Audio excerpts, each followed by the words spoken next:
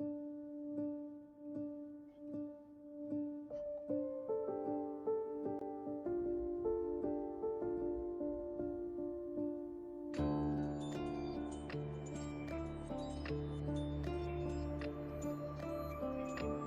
feel your breath upon my neck, a soft caress as cold as death.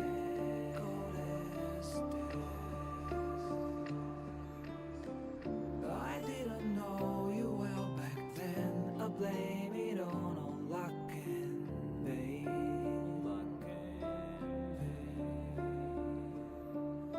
Your blood like wine, I want it in. Oh darling, get me drunk and make me feel it's not my fault, I'm not to blame. These ain't my sins, I broke my chains. There's more to do and I still want to live.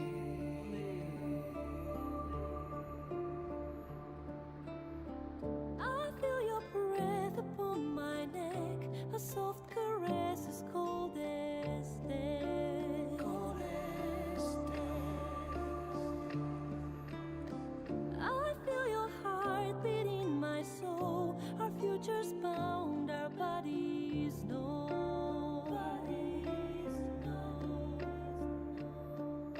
Your blood like wine, I want it in. Oh darling, get me drunk, invite me. It's not my fault, I'm not to blame. These ain't my sins, I broke my chains. There's more to do if I can only leave.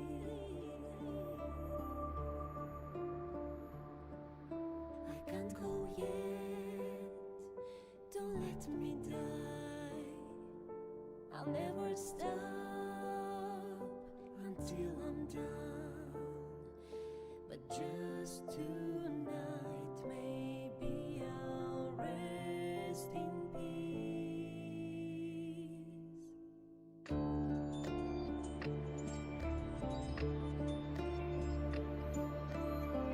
I feel your breath upon my neck, a soft caress as cold as death.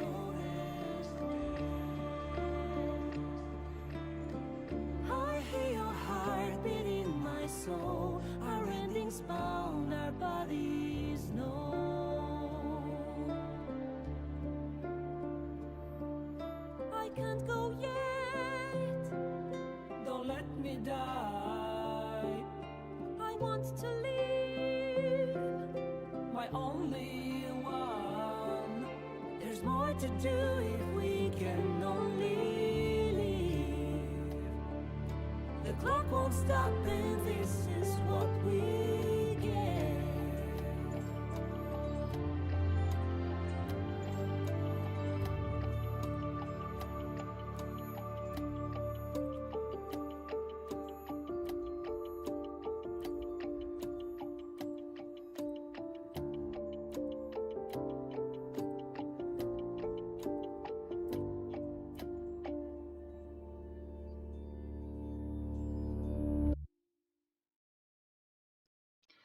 Hello everyone, and welcome to a very different kind of stream. One that I would generally not do, but you know what? Let's do this anyway. With gaming out the door for the time being, I think we're gonna jump into doing what we would be doing, which is studying for my master's. And seeing as I learn better by speaking aloud, why not stream what I'm studying? So, with that being said, let's jump right in. I'm studying currently Advanced Pathophysiology, a biology basis for disease in adults and children, for my master's in nursing. So I got my prep book open so I can answer questions as I read. And I'll probably just do a lot of reading in all reality. So without further ado, let's jump right in. Yes, Grandpa needs a little bigger setup so I can read nicely. And just because I misread doesn't mean I am doing that on purpose. It's more so that I understand it personally. So, jumping right into adaptive immunity. Adaptive immune systems has its own vocabulary. The immune system of the normal adult is continually challenged by a spectrum of substances that it may recognize as foreign or non-self. These substances, called foreign antigens, are often associated with pathogens such as viruses, bacteria, fungi, or parasites, although they are also found in non-infectious environments such as pollens, food, and bee venom. And still others are associated with clinically derived drugs, vaccines, transfusions, and transplanted tissues. Check out Table 8.1. The products or effectors of the adaptive immune response include antibodies, sometimes called immunoglobulins, and lymphocytes that are specific for a particular antigen. Alright, let's make this a little smaller so I can see all of it. Okay, it's bigger than I thought. Alright, the generation of clonal diversity. We got our bone marrow, our lymphoid stem cell, and that triggers both the thymus and the bone marrow to either creating immunocompetent T cells or immunocompetent B cells. The T cells then go to the spleen or the lymph nodes accordingly, which then trigger a cellular immunity where our T cells, I am guessing, attack antigens via APC. I don't know. T regulatory cells, cytotoxic T cells, and memory cells, all stemming from the Th cell, whereas the B cells are memory B cells, and plasma cells, or humoral immunity. So there's a cellular immunity and a humoral immunity. That's what I'm grasping from this. Alright. The overlay of the immune response can separate into two phases: the generation of clonal diversity and clonal selection. During the generation of clonal diversity, lymphoid stem cells from the bone marrow migrate to the central lymphoid organs, the thymus or region of the bone marrow, where they undergo a series of cellular division and differentiation stages, resulting in either immunocompetent T cells from the thymus or immunocompetent B cells from the bone marrow. And already this starts to make no sense. They're called T cells because they're coming from the thymus. They're called B cells because they come from the bone marrow. Aha. All right, moving on. Um, These cells are still naive and that they have never encountered foreign antigens. The immunocompetent cells enter the circulation and migrate to the secondary lymphoid organs, either the spleen or the lymph nodes, where they take up residence in B and T cell rich areas. The clonal selection phase is initiated by exposure to foreign antigens. The antigen is usually processed by antigen presenting cells, or APCs, for presenting the helper T cells or Th cells. Gotcha. So they go to their respective locations, the spleen and or the lymph nodes, and get the information they need so that they can, fight infections. Makes sense. The intercellular cooperation among APCs, the Th cells, and immunocompetent T and B cells result in the second stage of cellular proliferation and differentiation.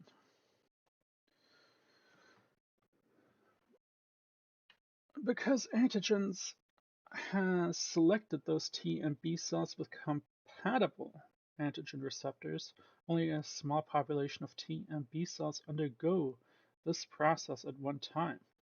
The result is an effective cellular immunity or humoral immunity, or both, Cellular immunity is mediated by the population of effector T cells that can kill targets, the cytotoxic T cells, or regulate the immune response, T regulatory cells, as well as a population of memory cells, or memory T cells, that can respond more quickly to the second challenge with the same antigen. Right, so they understand the situation and can trigger more effectively. Humoral immunity is mediated by a population of soluble proteins or antibodies produced by plasma cells, and by a population of memory B cells that can produce more antibody rapidly to a second challenge with the same antigen. Again, they get the memory, and this way work more efficiently. Makes sense. Table 8.1. So we have different antigen sources: infectious agents, cancers, environmental substances, and self-antigens. And they are our protection, combat, active disease. I don't even know what that truly means. Protection, combat, active disease. Okay, so things that will actively fight the disease. Got it. So they neutralize or destroy pathogens and microorganisms. They prevent the tumor growth. They can prevent entrance into the body. Or they are our immune system, which has a tolerance to self-antigens, which may be altered by infectious agents. Protection, so we can vaccinate, which induces a safe and protective immune response. Childhood vaccines. We can prevent cancer growth and spread with vaccination with cancer antigens. I've never heard of this, so that's a new one for me. There's no clear vaccination of environmental substances. The vaccine is don't stab yourself with stuff, or, don't get hurt in that sense. Don't break your bones. Don't skid on the ground. Self-antigens. Some cases of vaccination alter tolerance to self-antigens, leading to an autoimmune disease. Well, that's not good. So our diagnosis, usually with an infectious disease, is circulating antigens from infectious agents or antibodies. For example, hepatitis B infection. In cancers, measuring antigens, so there's the circulation of PSA for diagnosis of prostate cancer. Environmental substances, circulating antigens or antibodies. For instance, the diagnosis of allergy by measuring the circulation of IgE.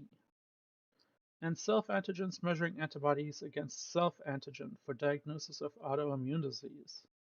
So what's our therapy or treatment? Well, with an infectious diseases, I'm going to assume antibiotics, passive treatment with antibody to treat and prevent infection, the administration of antibodies against hepatitis A.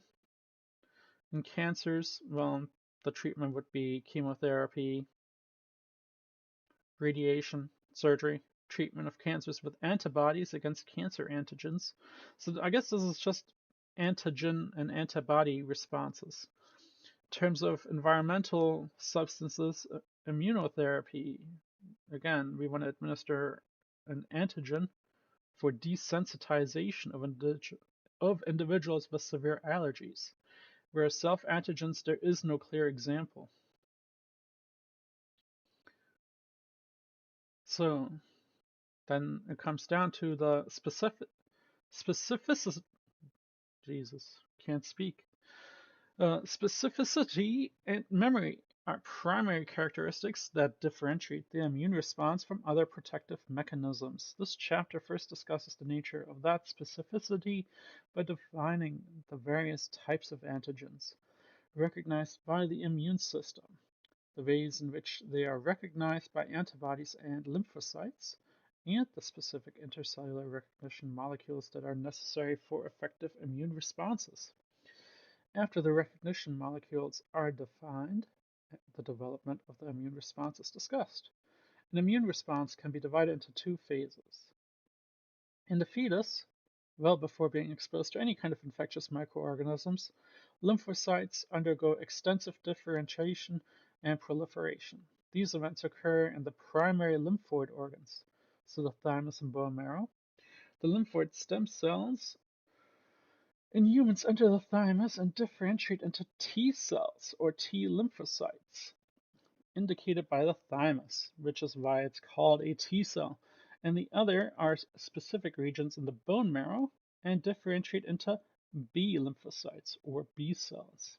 Because again, bone marrow, B for bone marrow, T for thymus. Each type of cell develops origin-specific cell surfaces, proteins that identify them as T or B cells.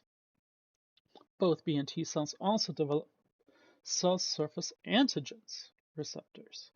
These receptors are remarkable because an individual B or T cell is programmed to recognize only one specific antigen before having encountered that antigen. It is estimated that each person has produced a population of B and T cells with an extensivity or extensive diversity of antigen receptors capable of recognizing at least 10 to the 8th different antigens. So that's what, billions? I'm not going to pop up a calculator, but a lot. 10 to the 8. This process is called the generation of clonal diversity. All right. So looking at our little workbook here, we have matched the word to the right definition: an antibody-producing cell.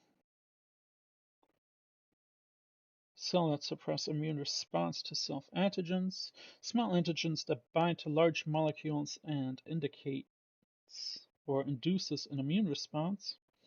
Portion of an antigen that is recognized and bound by an antibody or specific lymphocyte receptor.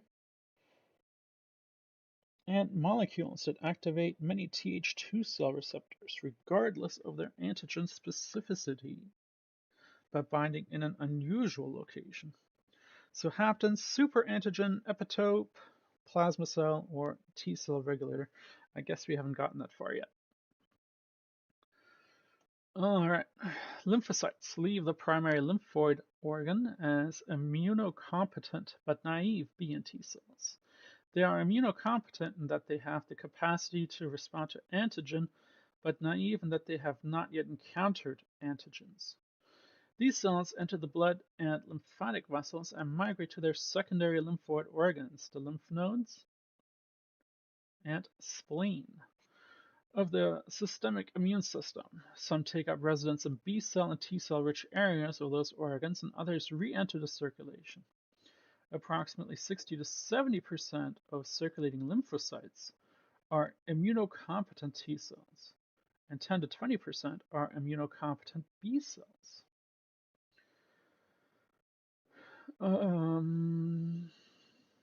Okay. Let's see. Figure 8.3. Lymphoid tissue, sites of B and T cell differentiation.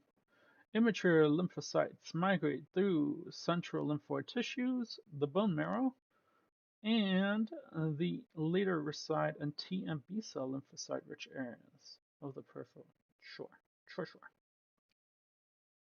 The second phase, called clonal selection, is initiated by exposure to foreign antigen, usually related to infection. Antigen reacts with or selects clones of B and T cells with surface receptors against the specific antigen and initiates a process of further differentiation and proliferation into mature effector cells. The process requires the cooperation among a variety of cells in the secondary lymphoid organs. Most antigens need to be processed. Antigen processing by phagocytic cells, primary dendritic cells that also present the processed antigen of their surface and present antigen presentation. The antigen of lymphocytes. These cells are generally called antigen processing or antigen presenting cells, APCs. Okay, so what does that mean to me? I'm not sure. Let's reread that one more time. So the process requires a cooperation among a variety of cells in the secondary lymphoid. Most antigens need to be processed. Right. So with that process, via the phagocytic cells, the primary dendritic cells that also present the processed antigen on the surface and present the antigen to the lymphocytes. Antigen, right. So they go through the process of getting, I guess, accustomed to antigen so that they know what to look for. These are generally called antigen processing or antigen presenting cells, APCs. Okay, so they just connect with our B and T cells so that they know, hey, this is what we're looking for. Thus, being a symphony of cellular interactions that define clonal selection involving APCs or antigen presenting cells and several subsets of B and T cells. Intercellular adhesion through antigen receptors and specific intercellular adhesion molecules, the production and response to multiple cytokines, and eventual differentiation of immunocompetent B and T cells into highly specialized effector cells. So this production and response to multiple cytokines eventually differentiate our B and T cells so that they are competent and more effective into targeting what they need to target. B cells develop into plasma cells that become factories for the production of antibody, whereas T cells develop into several subsets that identify and kill target cells. So we can have our T cytotoxic cell, which regulate the immune response by helping clonal selection process, T helper cells. Oh, wait. Okay. So we have our T cells that can be, like our killer cells. So the T cytotoxic cell kill the target cell. Whereas we have our T helper cell, which help regulate the immune response by helping the clonal selection process. Or we have our T regulatory cell, which suppresses or limits the immune response. In correlation with both, B and T cells also differentiate into a very long-lived memory cell. These memory cells exist for decades, and in some cases the life of the individual. Memory cells remember the initial antigen and are rapidly activated if a second exposure occurs to the same microorganism. Nice. That's the type of immunity we're all about. So, humoral and cell-mediated immunity. The immune response has two arms, the antibody and T cells, both of which protect against infection. Antibodies circulate in the blood and in secretion and defense against extracellular microbes found in those fluids and microbial toxins. This interaction can result in direct inactivation of the microorganism or activation of a variety of inflammatory mediators, complement and phagocytic, that will destroy the pathogen. Antibody is primarily responsible for protection against many bacteria and viruses. This arm of the immune response is termed the humoral immune response, or humoral immunity. So our humoral immunity has the inactivation of microorganisms or activation of a variety of inflammatory mediators, complement phagocytosis, that destroy pathogens. The antibody is the responsible for protection against many bacteria and viruses. Just trying to understand this portion. So humoral immunity is just antibody that circulates in the blood. Got it. The effector T cell is the second arm of this immune response. which is found also in the blood and in tissues and organs and defend against intracellular pathogens, including some viruses, and cancer cells. T cells may produce cytokines that stimulate the protective response of the leukocytes. Others develop into TC cells that attack and kill cellular targets directly. Right, our target killer cells. This arm of the immune response is termed the cellular immune response or cellular immunity. The humoral and cellular immune response are independent at many levels. In the end, the success of the acquired immune response depends on the function of both the humoral and the cellular response, as well as the appropriate interactions between them. So just breaking this down one more time, the humoral immunity is just antibodies and blood that circulate naturally, whereas the cellular is our helper T cells, or not so much the helper T cells, but our target killer T cells that work in terms of the target that needs to be killed. So one is specific, one is more general, but both work in correlation together. Got it. Active versus passive immunity. Adaptive immunity can either be active or passive, depending on whether the antibodies or T cells are produced by the individual in response to an antigen or are administered directly. Active immunity is produced by an individual either after natural exposure to an antigen or after immunization. Makes sense, because now that the body is aware of the disease, let's call it a disease, it knows what to look for. Whereas passive immunity does not involve the host's immune response at all. Rather, passive immunity occurs when preformed antibodies or T lymphocytes are transferred from a donor to a recipient. This can occur naturally, as in the passage of maternal antibodies across the placenta to the fetus, or artificially, as in a clinic using immunotherapy for specific diseases. Unvaccinated individuals who are exposed to a particular infectious agent, such as hepatitis A, rabies, often will be given immunoglobulins that are prepared from individuals who have already had antibodies against that particular pathogen.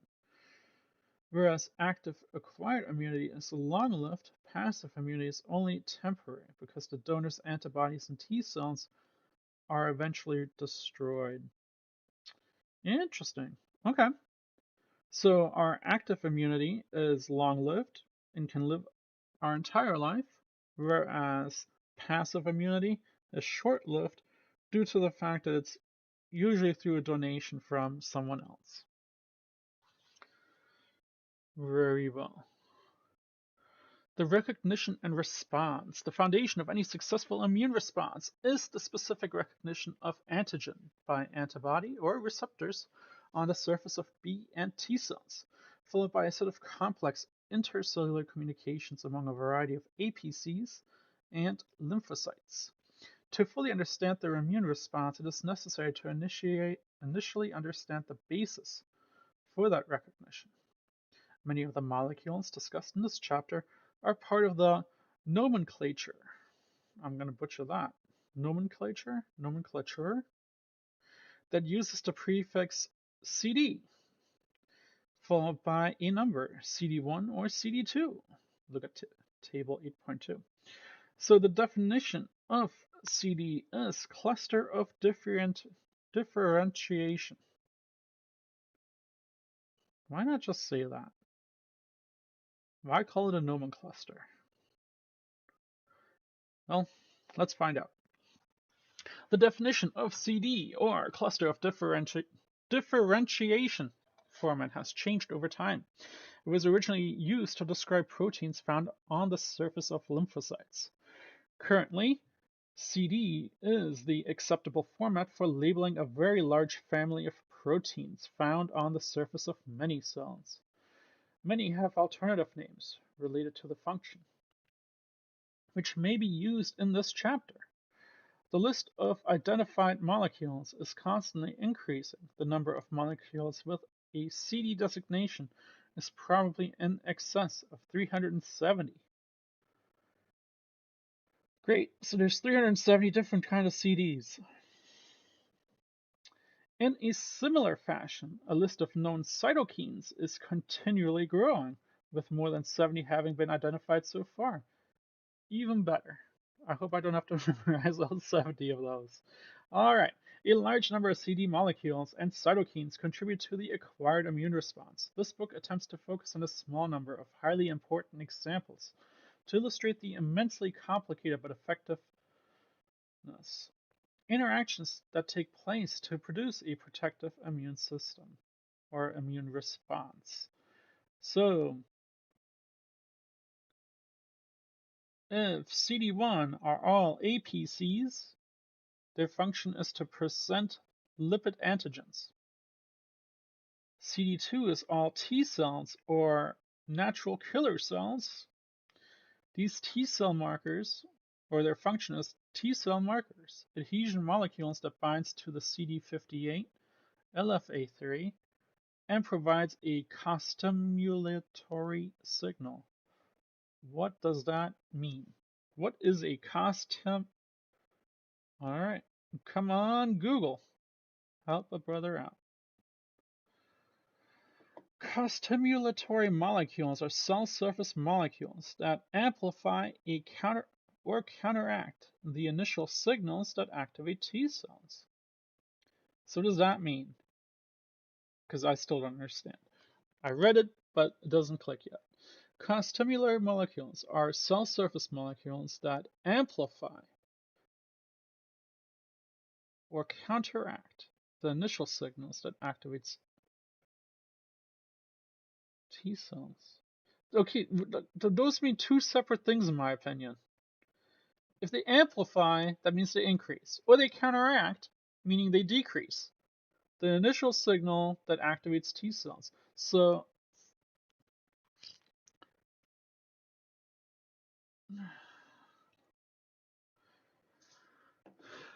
co-stimulation involves reciprocal or sequential signals between cells. A T cell APC interacts and begins with a T cell antigen receptor is stimulated by a specific peptide. Okay, sure.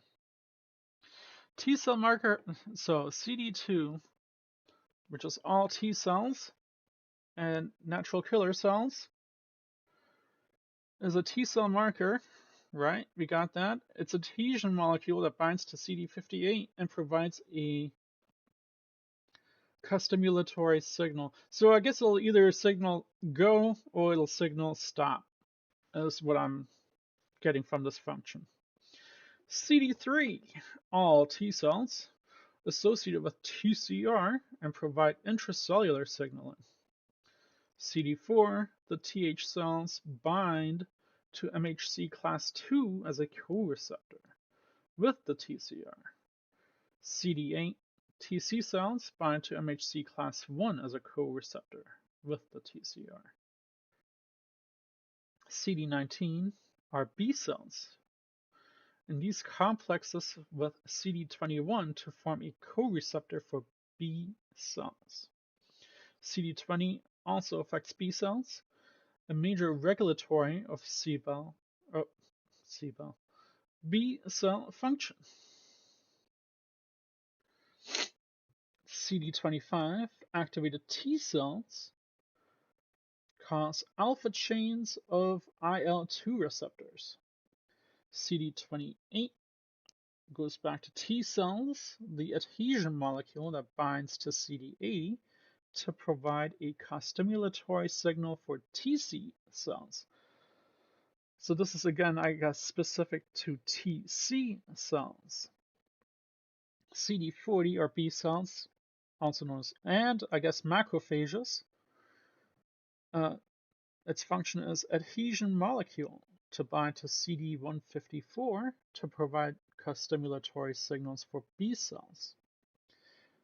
CD45 are all lymphocytes, has multiple types, augments antigen signal. CD58 or LFA3 targets most cells and function as an adhesion molecule that binds to CD2 to provide a co-stimulatory signal. So I guess CD2 and sure enough, that CD58 work together. And that's why I guess CD58 or LFA3 affects most cells, and CD2 is all T cells and natural killer cells. And then CD80 or B7-1 are APCs. Their function is to adhesion molecule that binds to CD28. And again, those I guess work in correlation. So CD28 and CD80 work hand in hand. CD2 and CD58 work hand in hand in starting and stopping. And then we have a combo here. CD154 and CD40L are Th2 cells. An adhesion molecule that binds to CD40 to provide a co-stimulatory signal. And CD40 was B cells and macrophages. So I guess those work hand in hand. Our B cells and macrophages work hand in hand with Th2 cells in terms of its adhesion to molecules that bind it to its co-stimulatory signal, the start and stop. A little confusing. I really hope this is... Don't get me wrong, it's a great list. It tells us there are start and stops, but to memorize all that here and now, we'll have to read that a couple more times, I guess, if that is what we need to do. Moving along, though. Antigens and immunogens. Initially, we need to understand that molecules against which an immune response is directed, although the term antigen and immunogen are commonly used as synonyms,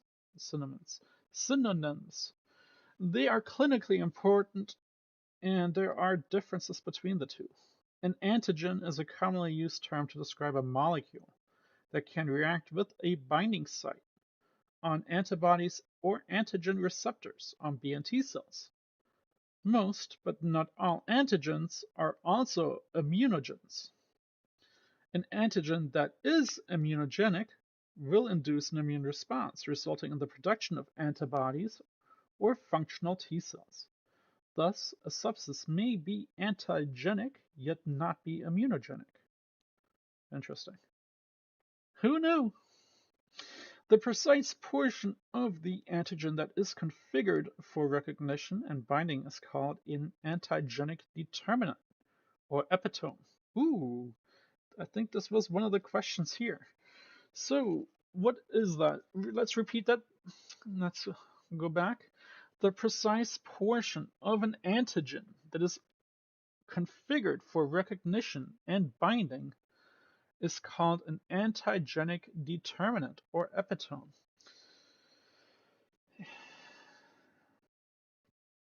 So, looking at our book here, a portion of an antigen that is recognized and bound by an antibody or specific lymphocytic receptor. The matching portion of the antibody or lymphocyte receptor is sometimes called the antigen binding site, or paratope. Alright, so we have our first answer here. An epitope is a portion of an antigen that is recognized and bound by an antibody or specific lymphocyte receptor.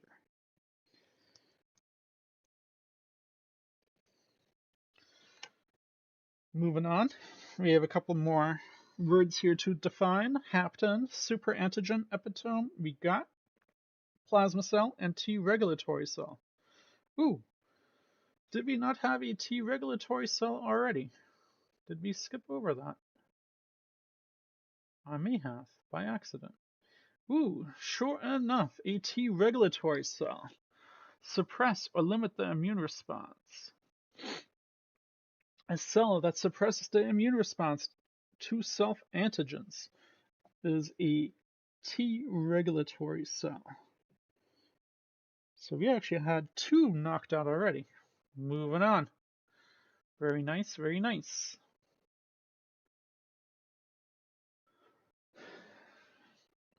All right, so the matching portion of an antibody, or the lymphocyte receptor, is sometimes referred to as the antigen binding site, or paratope. The size of an antigen determinant is relatively small, perhaps just a few amino acids or carbohydrate residues on the surface of a large molecule. Take a look at figure 8.4. Antigenic determinants may be linear or conformational. For instance, linear antigenic determinants consist of amino acids or other chemicals that are adjacent to the molecule's primary structure. Thus, they are stable when the molecule is denatured. Conformational antigenic determinants consist of amino acids that are only adjacent when the molecule is folded appropriately.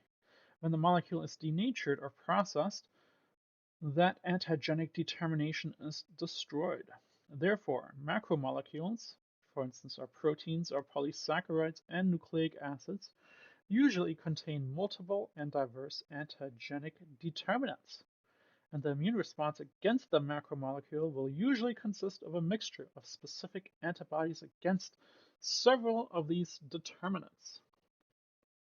So now taking a look at epitome 1 to epitome 2, I don't know what that means. So let's take a look at section B, epitome 1, side chains and a backbone. Sure. And then we've got a stringed version of a epitome and a nicely stringed version of a denatured epitome. So let's say, shown are generic examples of epitomes on proteins A and a polysaccharide B. A polysaccharide B. Sure. Oh, and here's section C. An epitome consists of amino acids from different portions of the primary sequence that are placed near each other during folding. Okay, so here it's being folded together and all the stuff is together, but then when it's denatured, it's no longer together. All right. So, certain criteria influence the degree to which an antigen is immunogenic. These include being foreign to the host, being appropriate in size, having an adequate chemical complexity, and being present in sufficient quantity. Interesting how that is a requirement. Foremost among the criteria for immunogenicity is the antigen's forgiveness. What is happening? Sorry. Trying to do two things and it's screwing with me. Sorry, one moment, folks.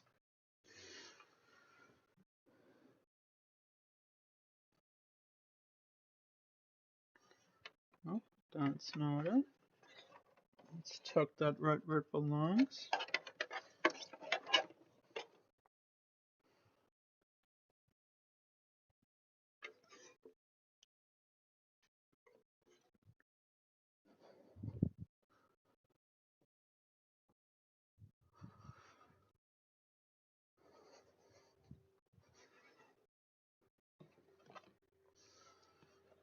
Apologies, I'm trying to... Got it. I want to make sure my mic is not gonna poop out on me, unfortunately, so... Ill prepared.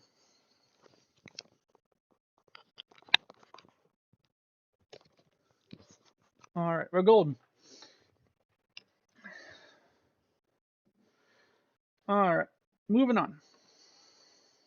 So, to review, only because I jumped a little bit, certain criteria influence the degree to which an antigen is immunogenic. So an antigen has to meet this criteria. Being foreign to the host, being appropriate in size, having adequate chemical complexity, and being present in a sufficient quantity. So we can, I guess, be exposed to minor situations where it doesn't matter. Our body just gets rid of it without it even like triggering a true immune response if it's a small enough portion. So that's actually kind of cool. Who knew? So foremost among the criteria for immunogenicity is the antigen's forgiveness. A self-antigen is part of the individual's makeup that fulfills all these criteria except forgiveness and does not normally elicit an immune response. Thus, most individuals are tolerant to their own antigens. Right, which is what happens in individuals who have an autoimmune issue because they're not forgiving to themselves. And that's what triggers the whole issue of autoimmunity, right? The immune system has an exquisite ability to distinguish self-antigens from non-self, foreign antigens. Tolerance was once thought to be the state of non-responsiveness in which the immune system passively allowed self-antigens to persist, but tolerance is now known to have a variety of mechanisms. In some cases, a state of central tolerance exists in which lymphocytes with receptors against self-antigens have been eliminated during generation of clonal diversity. In other cases, tolerance during generation of clonal diversity. No, I misread that. In some cases, a state of central tolerance exists, in which lymphocytes with receptors against self-antigens have been eliminated during generation of clonal diversity. In other cases, tolerance is a peripheral tolerance that is mediated by Treg cells. Rather than merely tolerating some antigens, the immune system actively prevents or limits their recognition by lymphocytes and antibodies. Some pathogens have developed a survival advantage by their capacity to mimic self-antigens and avoid inducing an immune response. So that could also be an issue. Certain viruses and issues now look like us and therefore are harder to treat.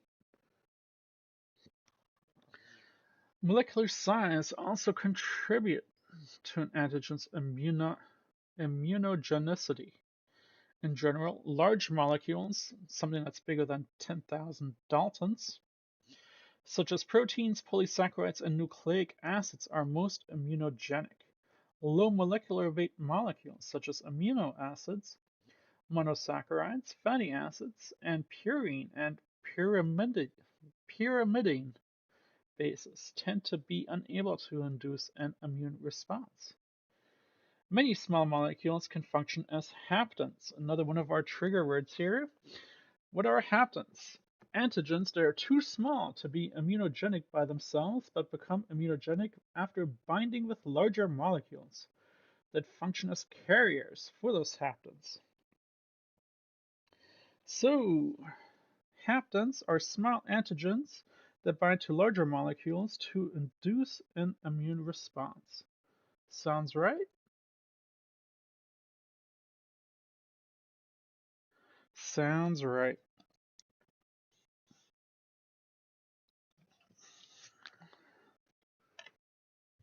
Which leaves us with plasma cells and superantigens to find. For example, the antigen of penicillin and poison ivy are haptens. Penicillin, a beta-lactam antibiotic of about 243 Daltons, and poison ivy, which contains urushiol oil, an oily sap of about 1,500 Daltons, are haptens, but they initiate allergic responses only after binding to a larger molecule or large molecular weight proteins in the allergics. Wow, I'm like misreading this entire thing. So, penicillin and poison ivy are haptens.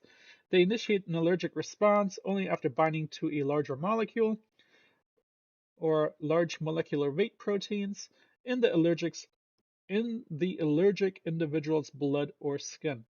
That makes no sense the way it's written, but let's just move past it. Move past it. They cause allergic reactions. Antigens that induce an allergic response are also called allergens. Well, gee, who knew? Antigens that cause an allergic response are called allergens. Right. Allergic conditions are discussed in Chapter 9. Well, we'll get to that after a break. Let's finish Chapter 8, answer all our questions, check all our answers, take a small break, and we'll jump into Chapter 9. Chemical complexity affects immunogenicity. The best immunogens contain a diversity of chemically different compounds or components.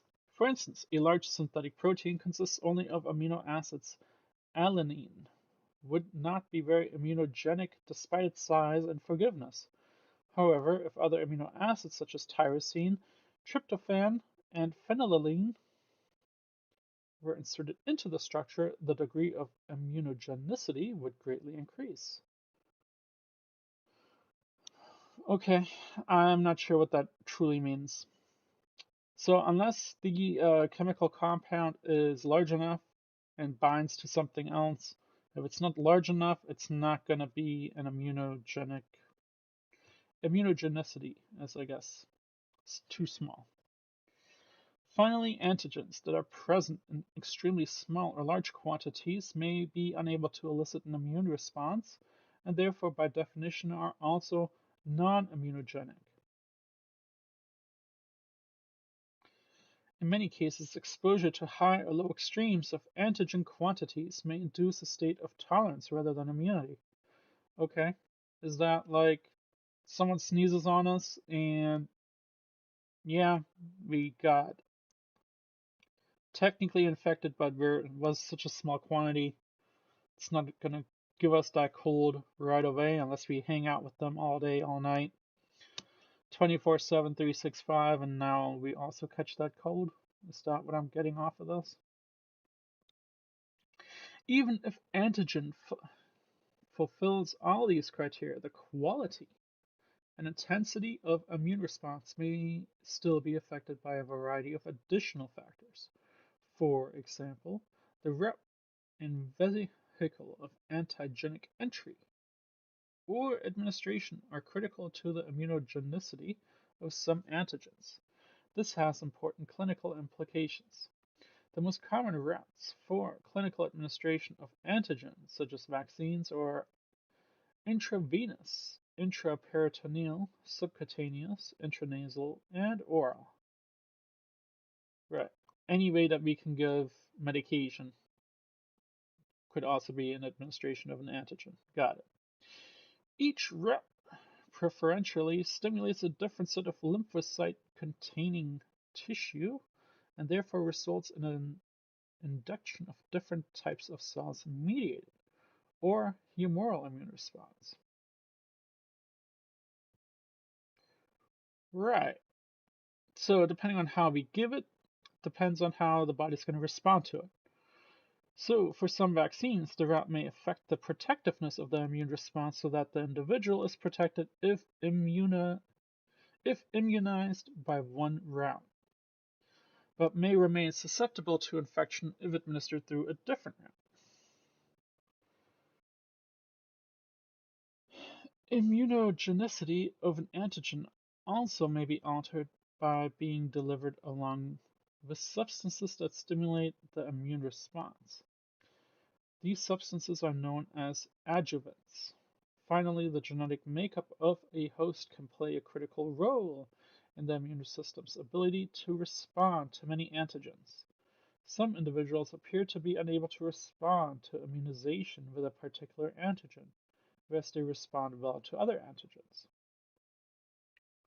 For instance, a small percentage of the population may fail to produce a measurable immune response to a common vaccine despite multiple injections, whereas they will respond well to a different vaccine.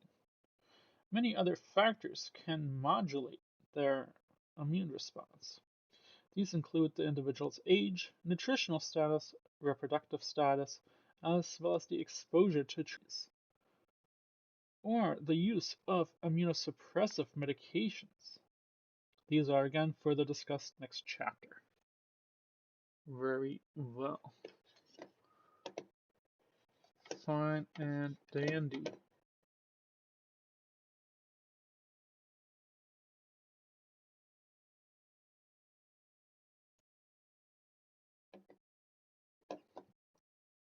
So,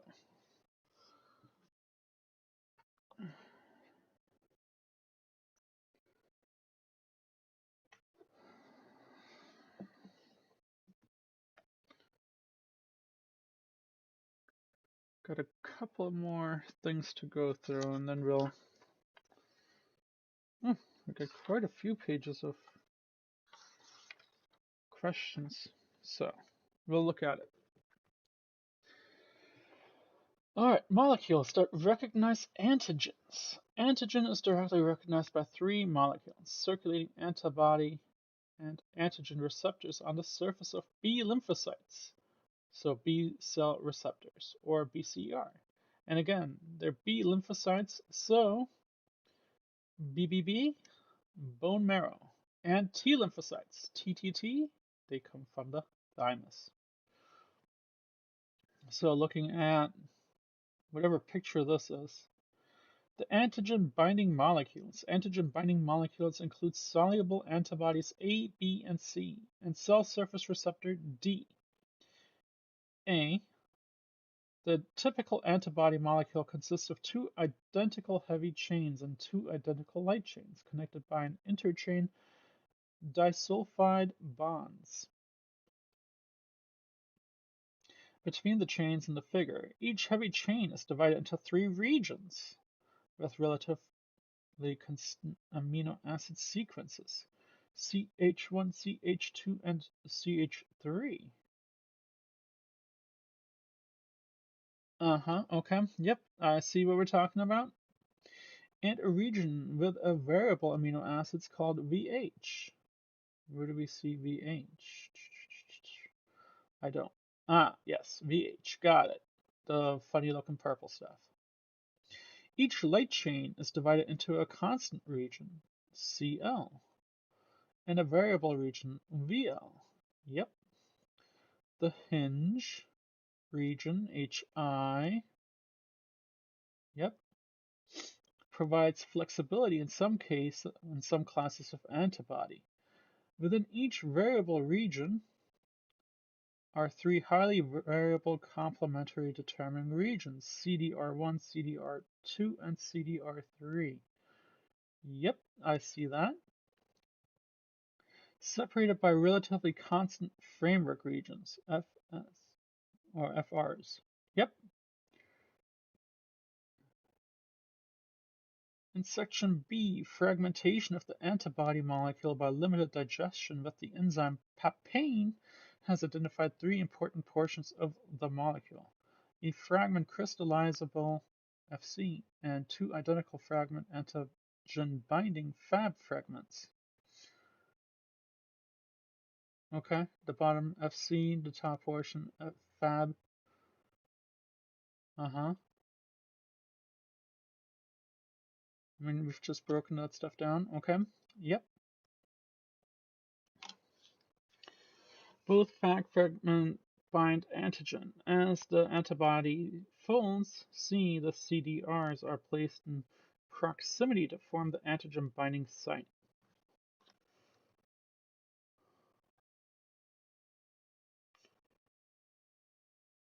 Okay. Light chains, Fab antibody binding site, heavy chains, carbohydrate chains, antigen binding sites, CDRs. These CDRs are up there. Yep.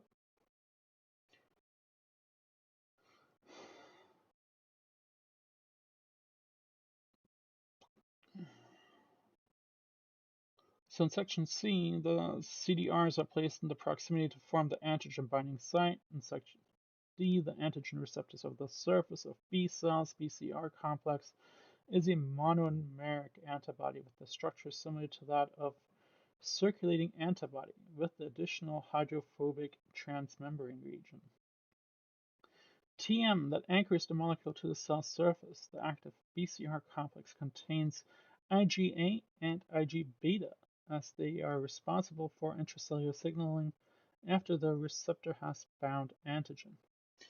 The T cell receptor, or TCR, consists of a alpha chain and a beta chain joined by a disulfide bond. Each chain consists of a constant region. Sure.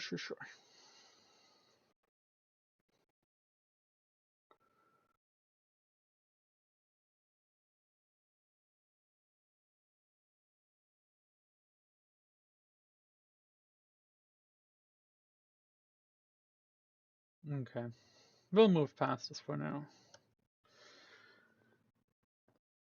Let's take a look at the antibody. Antibody. An understanding of antibodies and how they react with antigen will provide a foundation for more complex topics. Great. Such as the B cell and T cell receptors for antigen. An antibody, or immunoglobulin, is a serum glycoprotein produced by plasma cells in response to a challenge by an immunogen. The term immunoglobulin is used as a generic description of a general group of antibodies, whereas the term antibody commonly denotes one particular set of immunoglobulins known to have a specificity for a specific antigen. Okay, so an antibody is specific, immunoglobulin is generic. Got it. So there's different classes of antibodies. There are 5 molecular classes of immunoglobulins: IgG, IgA, IgM, IgE, and IgD. Who remembers that from anatomy class? That are characterized by differences in antigenicity, structure, and function. Within 2 of the immunoglobulin classes are several distinct subclasses, including 4 subclasses of IgG and 2 subclasses for IgA. Hooray! So really there's like 9, 11. There's 11. So, taking a look at IgG, its subclasses are IgG1 through 4. They have a heavy chain, or I'm going to say a Y, 1 through 4. Their molecular weight is somewhere between 146,000. Their serum levels are 850 for Ig1, 290 for IgG2, 95 for IgG3, and 50 for IgG4. So, the biological property of immunoglobulins, their complement activation. I guess there is a complement activation for IgG3 is greater than IgG1, and IgG1 is greater than IgG2. Their Fc binds to phagocytes. So yes, there is a binding to phagocytes in IgG1 and IgG3. The Fc binds to mast cells in IgG4. The Fc binds to platelets, and it looks like there is a placental transfer in pregnant women in IgG1, IgG3 being even. However, both are greater than IgG4, which is greater than IgG2. So in the placental transfer, IgG2 is the smallest amount, followed by IgG4, but IgG3 and 1, which are surpassing IgG4, but are about even in the placental transfer. Going down to IgGM. No subclasses, it's its own primary class. It has a heavy chain set at some type of U. Their molecular weight is 970,000. Its serum level is 135. There is a complement activation. However, it does not bind to phagocytes. It does not bind to mast cells. It does not bind to platelets. It does not transfer in the placenta. In terms of IgGA, there are two subclasses. There is IgA1 and IgA2. Its heavy chains are separated by alpha-1 or alpha-2 chains. However, their molecular weight is about the same at 160,000. The serum levels, respectively, are IgA1's 290, whereas the serum level of IgA2 is only 50. They also do not have any kind of biological properties in immunoglobulins, so there's no activation complement, there is no binding to phagocytes, there is no binding to mast cells, there is no binding to platelets, and no, it does not transfer in the placenta. Finally, we have IgA1. Oh, why is this cut off? Funnily. This is what happens when you snag a book online. Okay.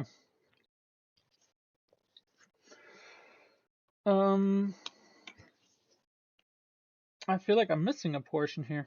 Haha. Because we're missing IgGE and IgGD in this little picture. Unless that's coming up. It is not. Oh no.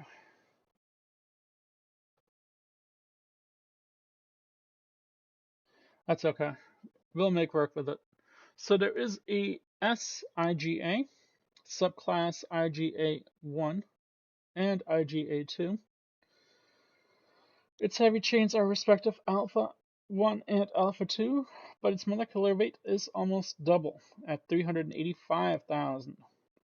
Its serum level is 5, and again, it does not have any kind of biological property of immunoglobulins. So there is no complement activation, there is no binding of phagocytes, no binding to mast cells, no binding to platelets, and no transfer in the placenta.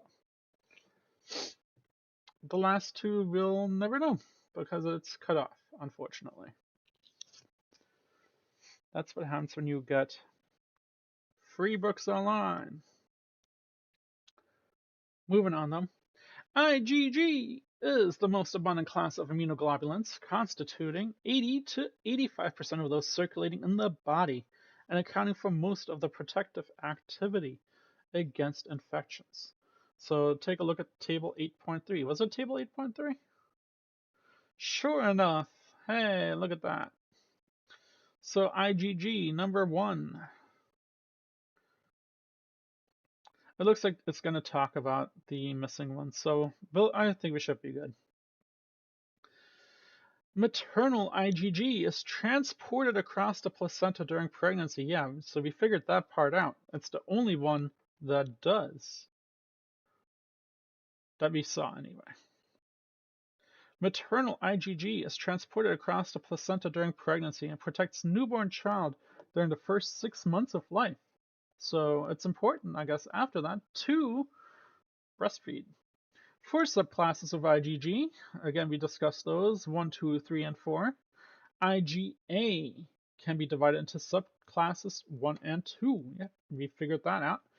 The molecules are found predominantly in blood, for 1, whereas 2 is predominantly found class of antibody in normal body secretions. And that's why I guess we have the secretory IgAs, or SIgA, are dimers anchored together through the J chain and secretory piece. This secretory piece is attached to the IgA dimer inside mucosal epithelial cells and protects these immunoglobulins against degradation by enzymes also found in secretions. So I'm assuming spit or any other location that has mucosal epithelial cells, like the vaginal tract. IgM is the largest of the immunoglobulins and usually exists as a pentamer. Pentamer?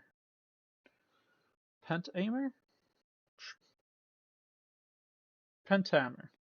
That's how I'm going to say it. A molecule consisting of 5 identical small molecules that is stabilized by a J joining chain. It is the first antibody produced during the initial or primary response to antigens. IgM is usually synthesized early in neonatal life, but may be increased as a response to infection in utero. Then, here's our missing ones. Information on the role of IgD is limited. This class of immunoglobulins is found in very low concentrations of the blood. IgD function as an antigen receptor on the surface of early B lymphocytes. And lastly, IgE is normally at low concentrations in the circulation. Its function as a mediator of many common allergic responses and in the defense against parasitic infections. Explained further in Chapter 9.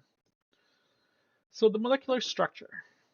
Structural analysis of the immunoglobulins began with Porter's early studies on the effects of the enzyme papain to digest IgG. IgG was cleaved into 3 fragments, 2 of which were identical.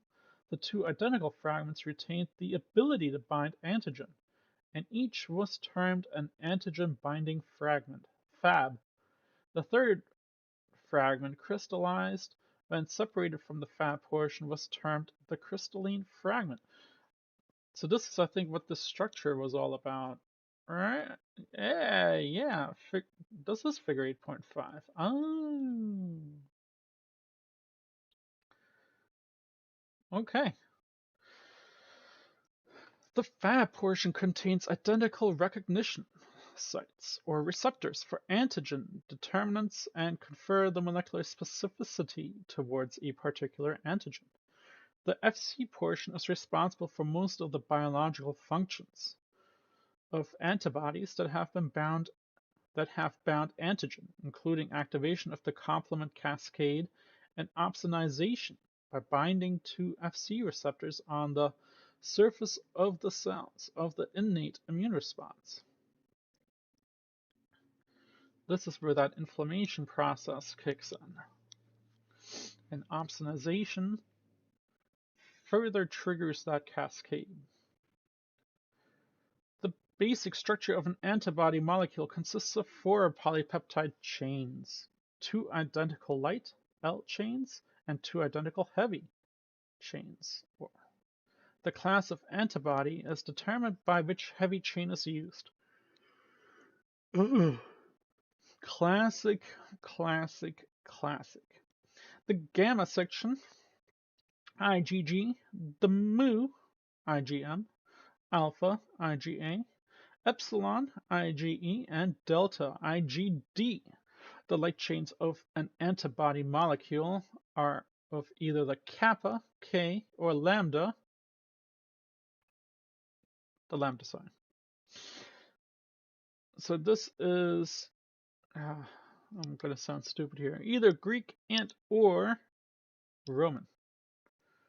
The light and heavy chains are held together by 2 major forces, non-covalent bonds, and I think I'm even wrong with both of those. Isn't it Latin? Listen, don't quote me on any of that.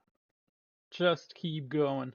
The light and heavy chains are held together by 2 major forces, non-covalent bonds and disulfide linkages. A set of disulfide bridges between the heavy chains occurs in the hinge region, and in some instances lends a degree of molecular flexibility at that site so that the Fab region can move. An individual plasma cell produces only one type of H chain or heavy chain and one type of L chain or light chain at that time. For instance, one plasma cell may produce only IgG kappa, whereas other plasma cells will be producing other antibody classes with either kappa or lambda light chains. So I'll be honest, I have no clue what that truly means to me.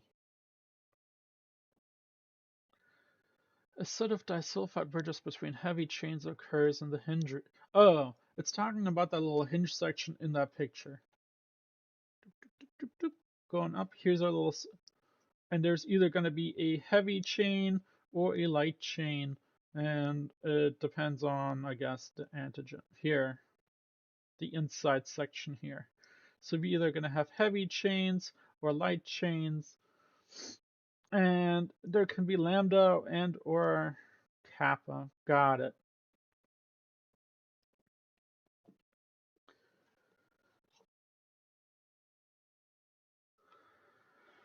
So light and heavy chains are further subdivided into constants and variable regions. Got it. So C for constant, V for variable. The constant regions have relatively stable amino acid sequences because they're constant within a particular immunoglobulin class or subclass or a particular light chain type. Thus, amino acid sequences of the constant region of one IgG1 heavy chain should be almost identical with the sequence of the same region of another IgG1 heavy chain, even if they react with different antigens, because again, it's the constant that holds it together. This holds true for light chains also. All lambda chains possess highly similar constant regions that differ from those in kappa chains. The amino acid sequence of a variable chain and heavy and light chains, however, differ greatly and determine the antigen binding specificity of a molecule. So the amino acid sequence of a variable region in both heavy and light chains differ and determine the antigen binding that's specific to one type of molecule. Therefore, two IgG1 molecules against different antigens may have a similar constant region but have a difference in amino acid sequences of the variable regions. Makes sense. The diversity of amino acid sequences in the variable region is localized into three regions of the variable region. These three areas were once called hypervariable regions, but are now called complementary determining regions, or CDRs. Complementary determining regions. The four regions separating the CDRs have relatively stable amino acid sequences and are called framework regions, or FRs. Again, I think this is truly breaking down this picture here. We have our framework regions. Hold on. Here's our CDRs, and here's our framework regions.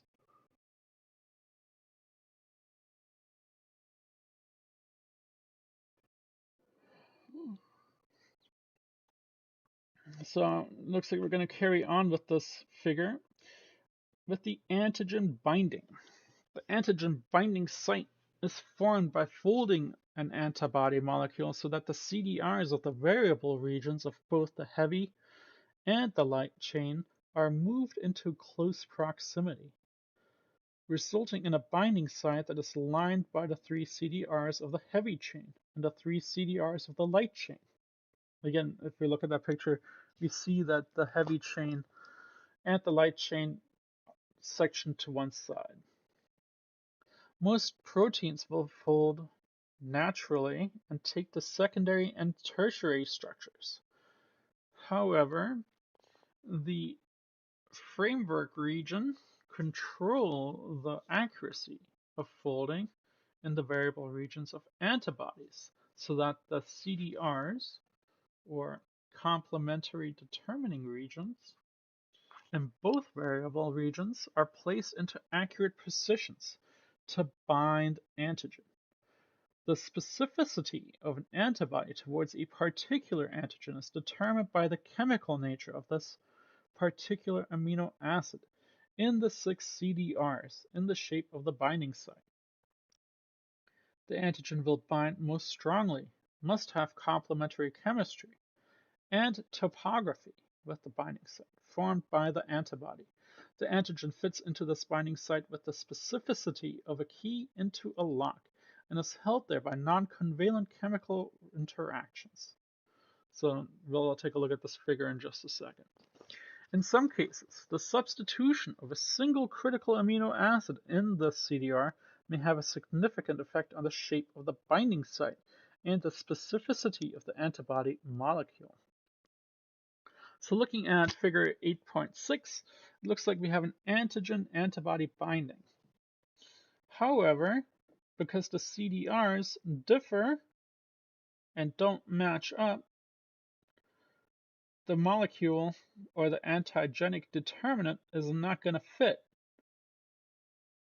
So it's not going to latch on. Let's see what it has to say about that. So the antigen-antibody binding. The specificity required for antibody binding with an antigen is determined by the shape and chemistry of the 6 complementary determining regions, CDRs, in the combining site of a variable region of the antibody. This figure indicates 2 different antibodies and have different sets of CDRs and therefore different specificities. As indicated, the antigen determinant that reacts well with antibody 1 is unable to react with antibody 2 because the differences in the antibody combining site. Right, makes perfect sense. If it doesn't fit, it doesn't fit. Therefore, it's very specific. You can't it's like a piece of puzzle. You can't force it in there. Okay, so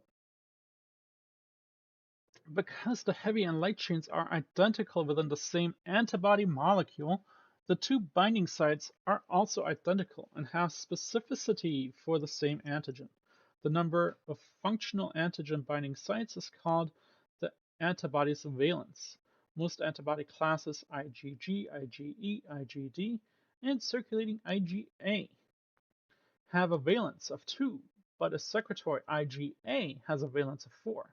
IgM, being a pentamer, has a theoretical valence of 10, but can simultaneously use only about 5 binding sites, because a large antigenic molecule binding to one site blocks antigen binding to the other sites.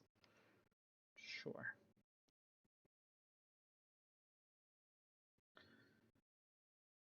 What does that mean? It sounds to me like I'm going to put it into a state of dumbness. The valence number is 2. It's like 2 binding sites, and if after that it doesn't fit. So IgM may have 4 binding sites, or IgA, I'm sorry, has 4 binding sites, whereas IgM has technically 10, but could reduce down to 5, especially if one binding site is blocked off with a too large of an antigen. Let's not go too crazy into that. I don't think that's what truly matters at this point. Moving on, the B cell receptor complex, or BCR, the B cell receptor complex, is a complex of antibody bound to the cell surface and other molecules involved in intracellular signaling. Again, take a look at figure 8.5. So I'm not sure what we're talking about in terms of signaling. I think it just has this, it's talking about the fact that there are certain sites that say, hey, you fit in here, do your thing. Its role is to recognize antigen and communicate that formation to the cell's nucleus. Therefore, the BCR complex consists of an antigen recognition molecule and accessory molecules involved in intracellular signaling, Ig alpha and Ig beta. B cell receptors on the surface of immunocompetent B cells are membrane-associated IgM with or without IgD. Immunoglobulins. The immunoglobulin portion of a B cell receptor is produced from the same genes used by plasma cells for soluble antibodies and has the same antigen specificity as circulating antibodies produced from the same cell after clonal selection. As a B cell receptor, however, MIGM is a monomer rather than the pentamer, and both MIGM and MIGD express an extra hydrophobic transmembrane region that anchors to the hydrophobic regions of the plasma membrane. So they don't like water, and the surface of immunocompetent B cells are membrane associated. That's what it's talking about here. Membrane associated IgM and membrane associated IgD. Got it. So because they are membrane associated, they express the extra hydrophobic transmembrane region that anchors to the hydrophobic regions of plasma. These B cell receptors signaling complex consists of two Ig alpha and Ig beta heterodimes that are closely associated with B cell receptors and contain tyrosine kinase signaling activity. The antibody portion of the B cell receptor complex is responsible for recognition and binding to an antigen, but by itself cannot provide the intracellular signals required to activate the B cell and complete its maturation into antibody-producing plasma cells. The message is conveyed by the Ig alpha and Ig beta heterodimes. So without IgA and or Ig alpha and Ig beta, its communication via the heterodimers lets the B cell mature enough to produce antibodies in the plasma that then allow it to do what it needs to do in terms of being part of our immune system. Hui, hui, hui. Here's another word. I already see it. That's part of our match the definition. The T regulatory cell. So, the lymphocyte use a similar but distinct array of proteins in their recognition and response to antigen. The T cell receptor complex, TCR complex, is composed of an antibody-like transmembrane protein. Okay. And a group of accessory proteins, collectively referred to as CDRs, that are involved in the intracellular signaling. Okay. So the T cell receptor is composed of an antibody-like transmembrane protein. Antibody-producing cell, no, a molecule that activates many Th2 cell receptors regardless of the antigen specificity by binding an unusual spot. No. Why does neither one of those answers sound correct? That's because it's a receptor cell and not a regulatory cell. Never mind, we're not there yet. We are a little early. My bad. Haha. So, the T cell receptor is composed of an antibody-like transmembrane protein, TCR, transmembrane protein, TCR, and a group of accessory proteins, collectively referred to as CD3, which we talked about a little bit, that are involved in intracellular signaling. The most common TCR resembles the antibody Fab region and consists of two protein chains, alpha and beta chains, each of which has a variable and a constant region and is encoded from genes located independently of the antibody heavy and light chains. Similar to the BCR, the TCR, because it's a T cell, is responsible for recognition and binding to the antigen, whereas the accessory proteins are responsible for the intracellular signaling necessary for the activation and differentiation of the T cell. Each of the individual components of the TCR complex is important, and several severe defects in the T cell immune response has been related to mutations in individual components of the complex. So we'll discuss that next chapter. Molecules that present antigen. For an effective immune response, most antigens must be processed by APCs and presented on the cell surface by specialized molecules. Molecules of the major histocompatibility complex, or MHC, take a look at figure 8.7. MHC molecules in humans are also called human leukocyte antigens, or HLAs, human leukocyte antigens, also discussed in Chapter 9. Related to their role in transplantation, some types of antigens are processed only by highly specialized cells, APCs. Other types of antigens can be processed and presented by almost any type of cell. Several sets of cell surface molecules have the responsibility for appropriately presenting antigen.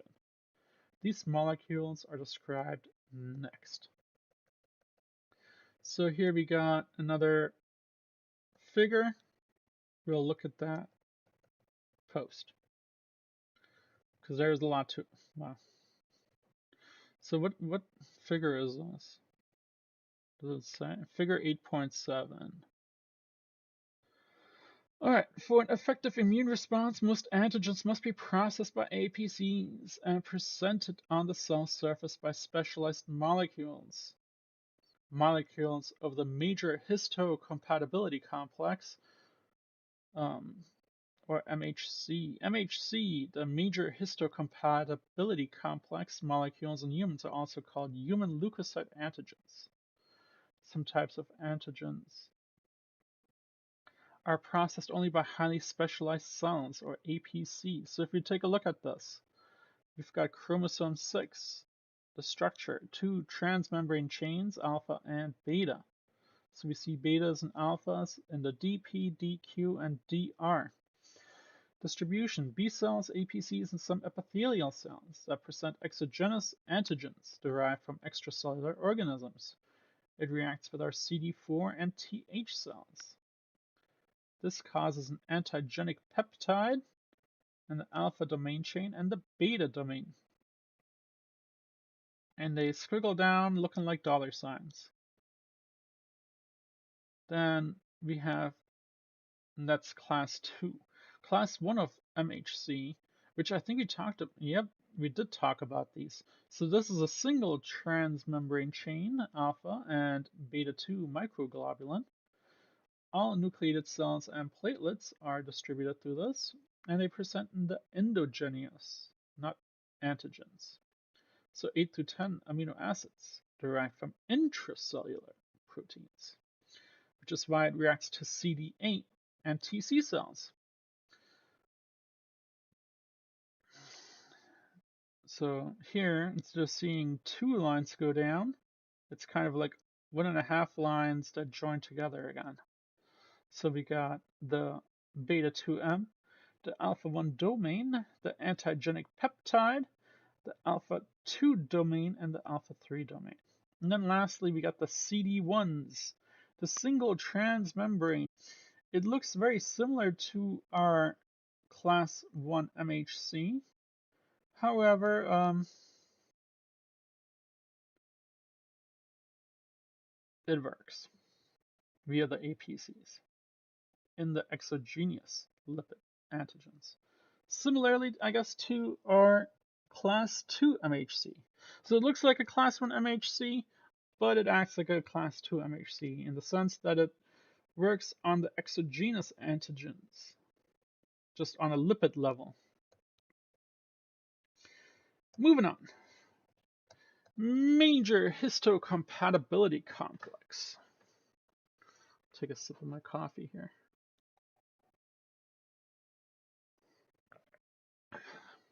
So, major histocompatibility complex molecules are glycoproteins found on the surface of all human cells except red blood cells. They are divided into two general classes, class 1 and class 2, based on their molecular structure, which we kind of saw here in this figure. So, MHC class 1 looks like it's only working on one side before it penetrates through whatever the section here is at the bottom, whereas MHC2 penetrates in two sections, both the alpha and the beta. So, these glycoproteins found on the surface of all human cells except red blood cells are divided into two classes, class 1 and 2, based on their molecular structure, distribution among cell population, and function in antigen presentation. MHC class 1 molecules are heterodimers composed of large alpha chain and a smaller chain called the beta microglobulin. Makes sense. That was that half chain that connected back to the alpha chain in the picture.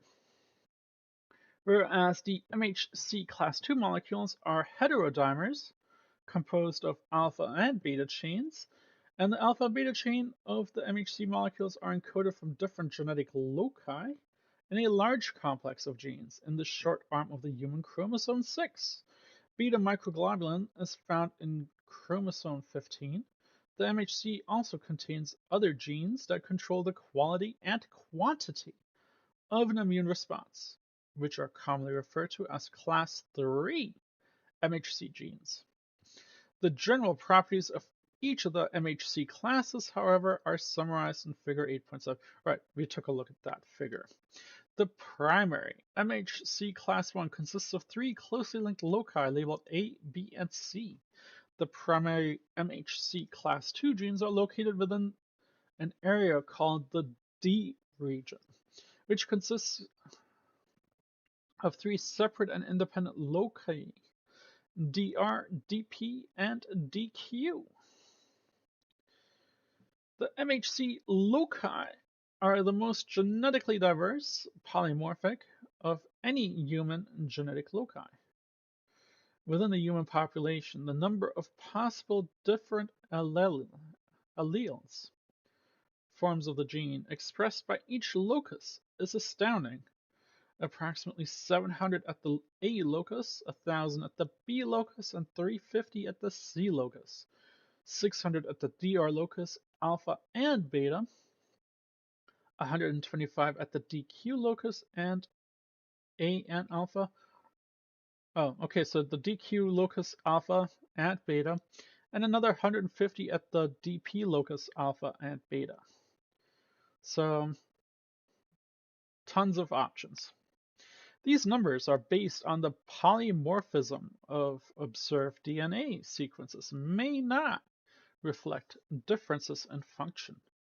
Clearly, not every allele is expressed in the same individual. Humans have two copies of each MHC locus, one inherited from each parent. That is codominant, so that molecules encoded by each parent's genes are expressed on the cell surface. Within an individual, each locus will be expressing only one allele. For instance, each person will only have two different A proteins, one from each parent. Right, I think that's just the best way to understand that is just basic genetics. You've got two parents, and the dominant side is going to be the winner. Probably wrong, however, that's how I will have to understand it for now. Transplantation. The diversity of MHC molecules is clinically relevant during organ transplantation. Cells in transplanted tissue or organs from one individual will have a different set of MHC surface antigens than those of the recipient. Therefore, the recipient can mount an immune response against a foreign MHC antigen, resulting in rejection of the transplanted tissue, which has always left me curious. Why is it that we do not offer blood transfusions from the donor of the organ when possible? This way, the body is already accustomed to some of the organ. I think that would be, in all reality, a better way to do it. Granted, what do I know? I don't do transplant whatsoever. However, just a thought. As a result, studies of transplantation, the human MHC molecule is also referred to as a human leukocyte antigen. This human leukocyte antigen, or HLA, and the different MHC genetic loci are commonly called HLA alpha, or A, B, C, DR, DQ, and DP. Okay, got it. It's got all the same as the MHCs. To minimize the chance of tissue rejection, the donor and recipient are often tissue typed beforehand to identify the differences in HLA antigens. The more similar two individuals are in their HLA tissue type, the more likely a transplant from one to the other will be successful. Because of the large number of different alleles, it is highly unlikely that a perfect match can be found in the general population between a potential donor and recipient. Yeah, that's why. Okay, but this also explains why there is rejection after a certain time period. Because even if we give, let's say, blood that doesn't last forever, because it doesn't stay in the body forever, you eventually get to rejection. So unless you're able to get continuous blood donation that would, like accept it, yeah, it makes sense. It makes sense. Especially when most of our donors are no longer with us. Okay. So the specific combination of alleles at the 6 major HLA loci on each chromosome, and A, B, C, DR, DQ, and DP, is termed a haplotype. Ooh. No. Not a word that we're looking for. Each individual has 2 HLA haplotypes. One from the paternal chromosome 6 and one from the maternal, right? Because you have 2 parents. Because the different HLA loci within the MHC are in such close proximity to one another, haplotypes are not usually disrupted by recombination and are thus inherited intact. One HLA haplotype from each parent is passed to each of the offspring, meaning that children usually share one haplotype with each parent. Well, yeah. Odds dictate that children of the same parent will share one haplotype with half of their siblings, and either no haplotypes or both haplotypes with a quarter of their siblings. Thus, the chance of finding a match among siblings is much higher, 25%, than that from the general population. Identical twins originating from the same egg and sperm will have a complete set of identical genes, including HLA molecules.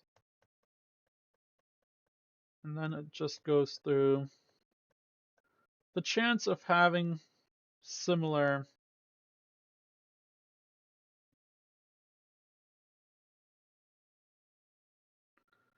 yeah. What happens when one is alpha and one is beta and one is hoi.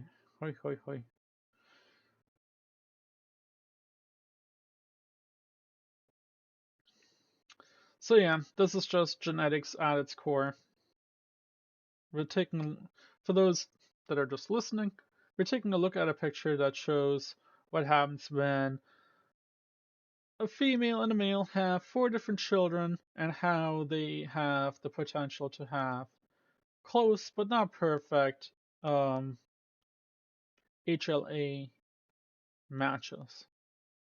Because to some extent, for instance, child A and child B might both be carriers of the A3 and B12 in child 1, but have A28 and B7 from the father, whereas child 2 may have A3 and B12, but have the father's A1 and B35.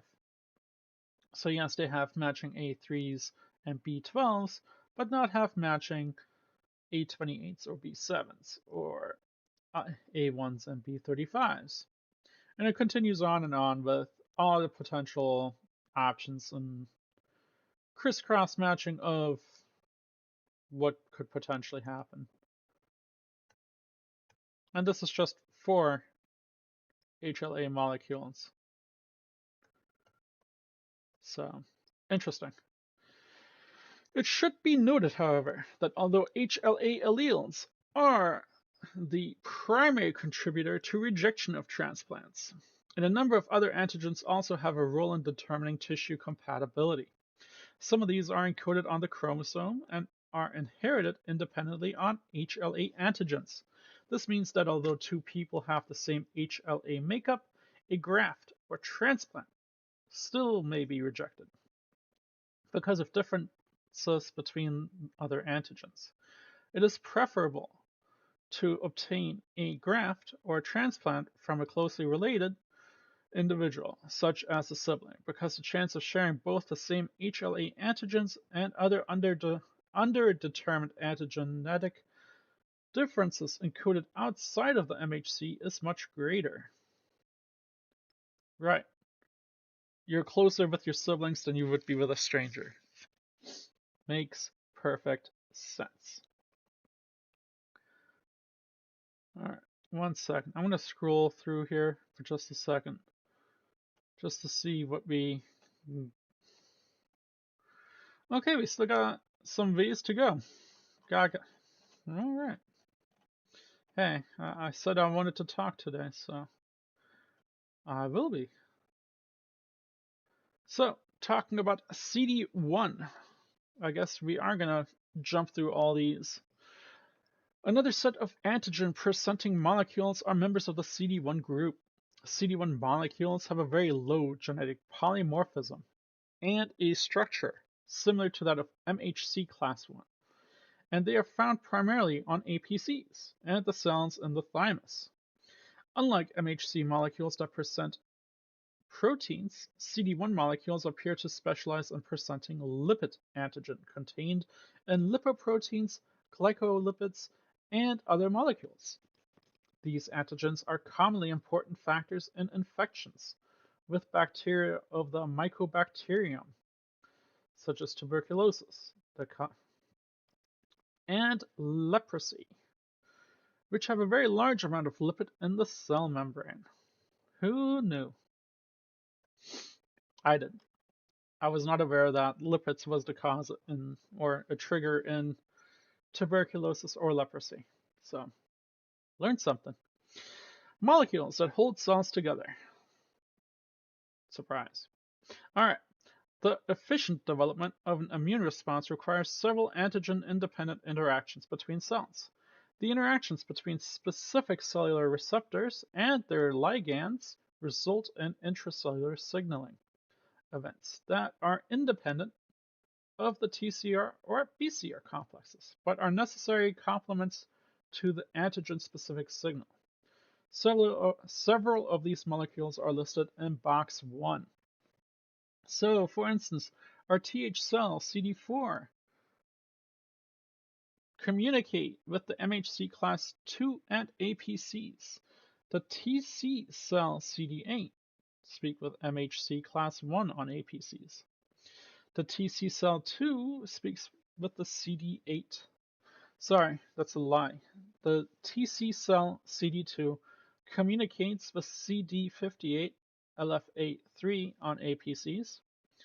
That Tc cell CD28 speaks with CD80 or B7-1 on APCs, and now it jumps to that TC cell LFA1 that talks to the ICAM1 on APC, TH cell CD40L or CD154 speaks to CD40 on B cells, and the T cell CD40L on CD154 also communicates on CD40 on APCs.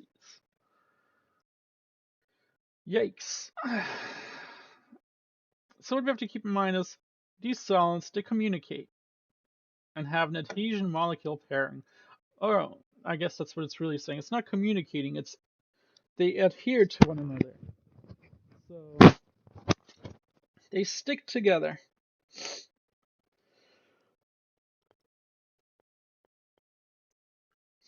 APCs are our antigen-presenting cells. Our ICAM is our intracellular adhesion molecule. LFA is our lymphocyte function-associated antigen. And MHC is our major histocompatibility complex. TC or T cytotoxic, and TH is our T helper. Yeah. Try to keep that all together.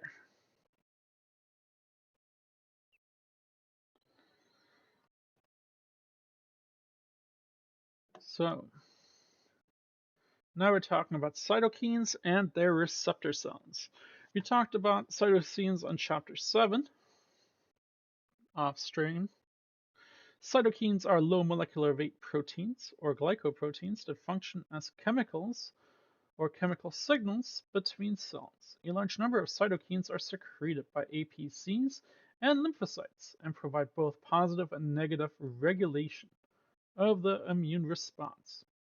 The effects of particular cytokines depend on binding to specific cellular receptors, which are linked to intracellular signaling pathways.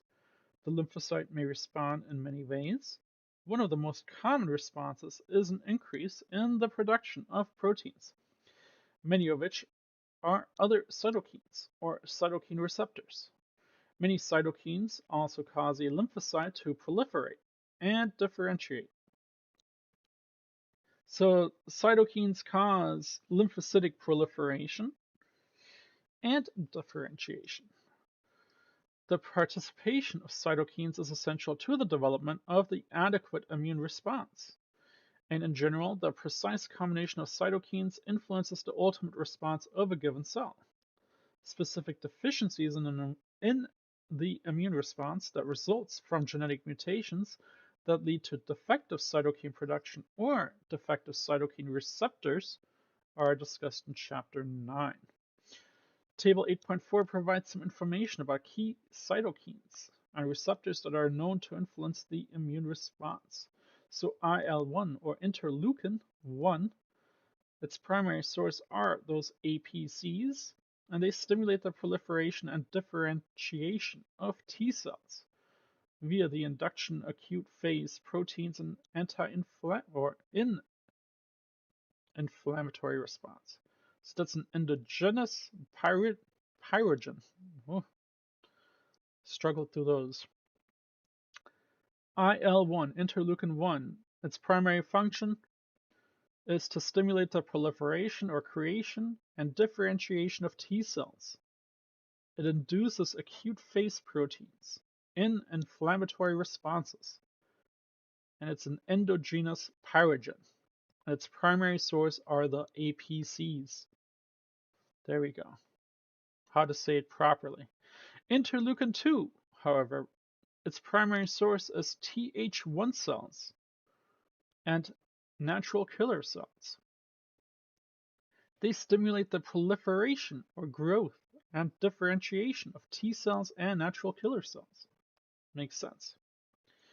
Interleukin-4 works on Th2 cells or mast cells. It induces B cell proliferation and differentiation, upregulates MHC class II expression, induces class switch to IgE. Interleukin-5 works on Th2 cells as well and mast cells. and induces eosinophil proliferation and differentiation, inducing B cell proliferation and differentiation. Interleukin-6 also works on Th2 cells and APCs, which induces a B cell proliferation and differentiation into plasma cells, induces acute phase proteins and inflammatory responses. Interleukin-7 is a thymic epithelial cell, bone marrow stromal cells, and therefore causes a major cytokine for induction of B and T cell proliferation and differentiation in central lymphoid organs. Again, that's why it comes from the thymus and the bone marrow. Interleukin-8 are our macrophages, and that is a chemotactic factor for neutrophils. Interleukin-10 are our Th and B cells, and those inhibit cytokine production. They are activators of B cells. Interleukin-12 are B cells and APCs, which induce natural killer cell proliferation and increase the production of IFN.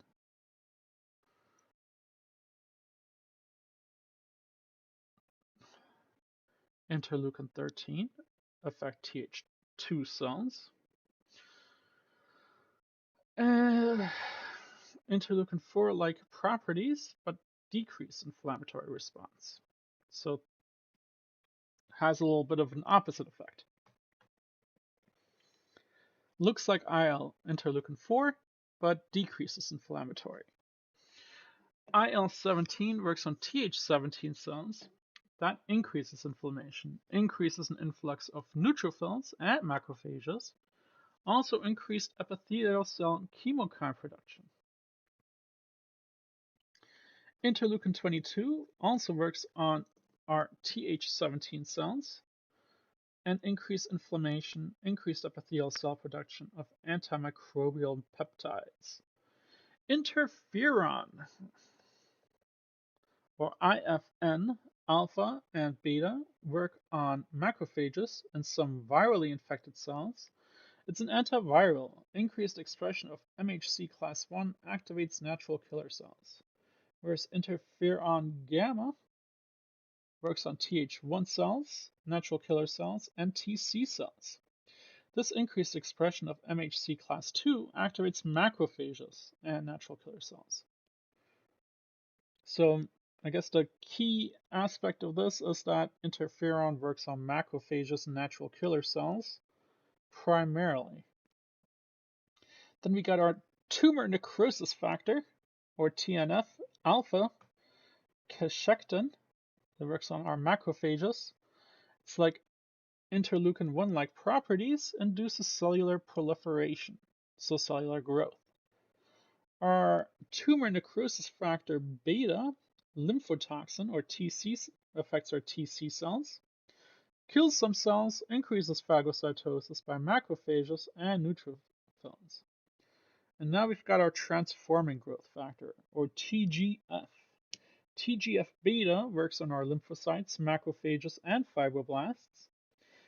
It's a chemotactic for macrophages, increasing macrophage interleukin-1 production, and stimulates wound healing. Our cytokine receptors, or ligands, have additional information, I guess. So our class I receptor dimers, which is, I guess, our interleukin 3, 5, 6, 11, 12, and 13. Interleukin 3 and 5 share a common alpha chain. Interleukin 6 and 11 share a common beta chain. Okay, so what about that? They're class I receptor dimers, alpha and beta. Okay. I'm not sure what that truly means for me. I guess they share common chains, either alpha chains or beta chains. Our trimers are alpha, beta, and gamma. So interleukin 2, 4, 7, 9, and 15 all share the same kind of common gamma chain. Class 2 receptors in our interferon alpha, beta, and gamma have two chains. Our tumor necrosing factor receptors, alpha, beta, CD40, and FAS, carry a single chain. So this is just additional info on these. And the immunoglobulin-like receptors, interleukin-1, is a single chain with an immunoglobulin-like characteristic. Sure. That's great. We learned more about what these cells look like and how they either grow and trigger and where they grow from and how they look like. Good stuff. Moving on, the generation of clonal diversity. The immune response occurs in two phases, a generation of clonal diversity and clonal selection. Again, we're looking at table 8.5 and figure 8.2. During generation of clonal diversity, a large population of T cells and B cells is produced before birth. These lymphocytes have a capacity to recognize almost any foreign antigen found in the environment. This process occurs mostly in specialized lymphoid organs. The primary central lymphoid organ is the thymus for T cells and the bone marrow for B cells. They're really hammering this in for us. The result is differentiation of lymphoid stem cells into B and T lymphocytes. Lymphoid stem cells are precursor cells formed in the liver, in the fetus, and in the bone marrow of a child or adult that do not have antigen-specific receptors, BCRs or TCRs, or other B-cell specific or T-cell specific surface proteins. After maturation in the central lymphoid organs, these stem cells develop into immunocompetent cells with antigen-specific receptors without encountering foreign antigens. Although each B and T cell expresses receptors against a single specific antigen, the total population of immunocompetent cells may have receptors that can react with more than 10 to the 8th different antigenic determinants. Right, so this is a bit of a rehash. Thus, before the individual is exposed to a foreign antigen, millions of different T and B cell antigen receptors must be constructed to recognize any potential antigenic determinant. Immunocompetent lymphocytes are released to the circulation, and many reside in secondary or peripheral lymphoid organs, the spleen, lymphoids, adenoids, tonsils, Peyer's patches. So table 8.5, a generation of clonal diversity versus clonal selection. What is the purpose? Well, the generation of clonal diversity's purpose is to produce a large number of T and B lymphocytes with a maximum diversity of antigen receptors. When does it occur in clonal diversity? Well, primarily in the fetus. Where does it occur? In the thymus for T cells and bone marrow for B cells. Are there any foreign antigens involved? Well, not in clonal diversity. What hormones, cytokines, are involved in clonal diversity? Well, we have the thymic hormones, interleukin-7, and others that aren't specified. Is there a tolerance induced in clonal diversity? Well, yes, there's a central tolerance induced as autoreactive cells are deleted. So what's the final product of clonal diversity? Well, it's our immunocompetent T and B cells that can react with antigen but have not seen an antigen and may migrate to the secondary lymphoid organs for future release. So then what is the purpose of clonal selection? Well, the purpose is to select, expand, and differentiate clones of T and B cells against a specific antigen. When does it occur? Well, it's after birth and throughout life as it interacts with our everyday diseases. Where does it occur? Well, our peripheral lymphoid organs, including the lymph nodes, the spleen, and other lymphoid tissues. Is there a foreign antigen involved? Yes. The antigen is determined which clones of cells will be selected. So clonal selection will choose what antigen to use, or like depending on what you come across. So what hormones or cytokines are involved in clonal selection? Many cytokines that produce TH-cells and APCs. Is there any kind of tolerance induced in clonal selection? Well, yes, there's a peripheral tolerance induced as autoreactive cells are regulated. So what does that mean for a final product? In clonal selection, plasma cells that produce antibody effector T cells that help Th or kill targets Tc or regulate immune responses Treg create memory B and T cells. So that's actually a nice way to differentiate between the two. Although generation of clonal diversity primarily occur in the fetus, it is probably continues to a low degree throughout most of the adult life. The endless array of possible antibodies and TCRs certainly cannot be constructed from the amount of deoxyribonucleic acid or DNA that is in the nucleus of a human lymphocyte. The enormous repertoire of specificities with appropriate conversion of DNA is made possible by rearrangement of smaller regions of existing DNA during T and B cell development in the primary lymphoid organs. Loci in the DNA that encode parts of the variable regions of immunoglobulins and TCRs are rearranged, a process known as somatic recombination, in a unique way to generate receptors that collectively can recognize and bind any possible antigen. So, with that being said, our B cell maturation or central lymphoid organ, our lymphoid stem cells destined to become B cells, percolate through specialized regions of the bone marrow, where they are exposed to hormones and cytokines that induce proliferation and differentiation into immunocompetent B cells. They interact with stromal cells through a variety of intercellular adhesion molecules. Stem cell factor, a cytokine bound to the membrane of stromal cells, and sometimes known as steal factor.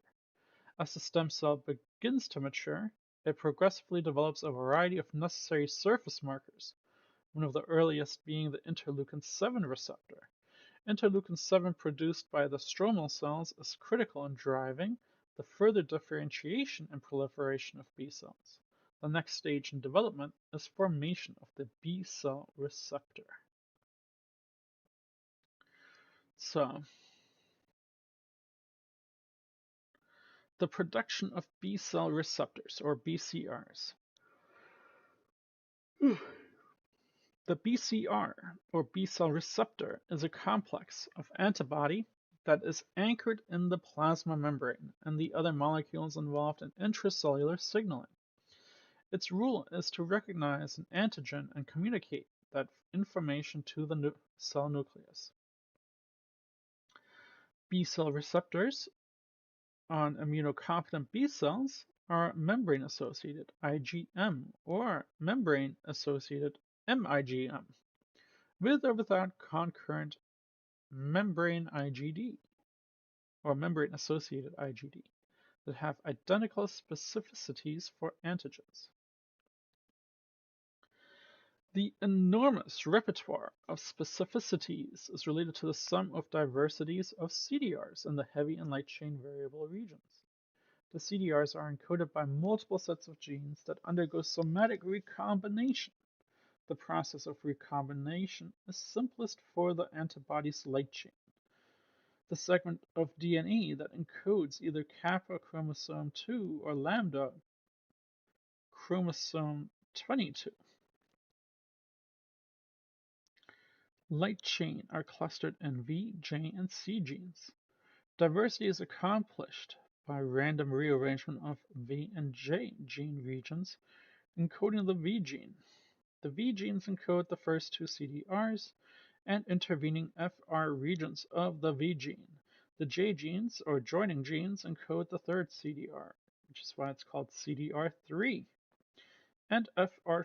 To create the V region of a light chain, one V gene and one J gene are randomly selected and rearranged so that the V and J are moved to adjacent positions, and the intervening DNA is excised and spliced, resulting in a VJ region that encodes the V region of the light chain.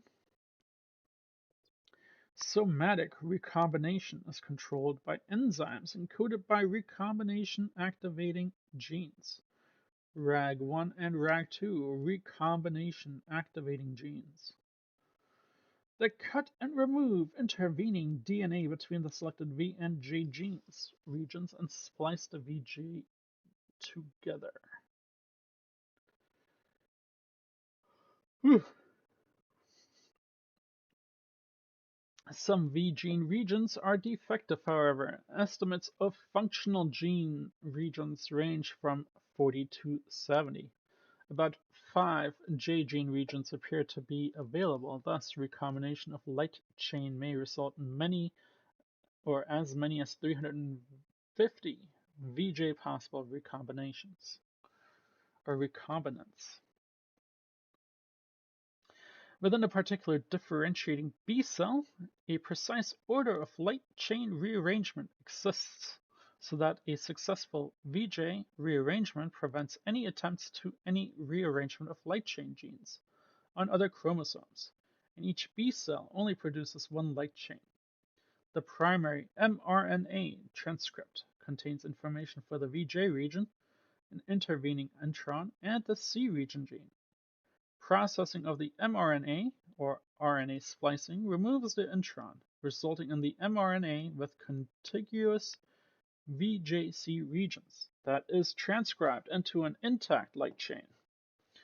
The gene for a heavy chain on chromosome 14 undergoes a similar somatic recombination. Unlike the light chain organization of VJ and C gene regions, the heavy chain loci consists of approximately 50 V, 30 D, and 6 J gene regions, and 9 C regions, with the gene for the mu constant region being closest to the VDJ region and the delta constant region being next in the sequence. So, somatic rearrangement of the V region gene is a two-step process with rearrangements in the contiguous DJ, followed by the formation of VDJ. During both rearrangements, intervening sequences of DNA are excised and repaired. The V gene region encodes the CDR1 and CDR2 regions and intervening FR regions. The genetic information for the CDR3 is a composite of a small amount of DNA from the V gene region and the entire D region, and a portion of the J gene region. Somatic recombination may result in more than 13,500 different heavy chain variables. Yeah. Excuse me. So, that being said, it sounds like if all these chains multiply together to make different possibilities, there's no surprise that there's more than 13,500 different heavy chain variables.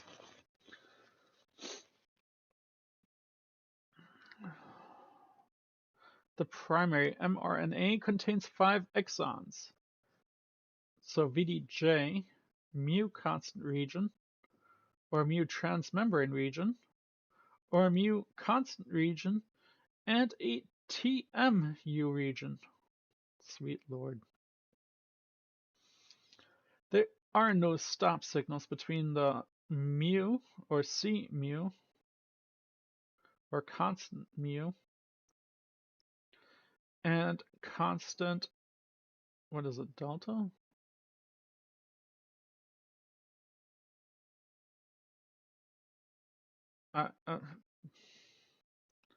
I'm very confused. Hold on a second. Is a constant region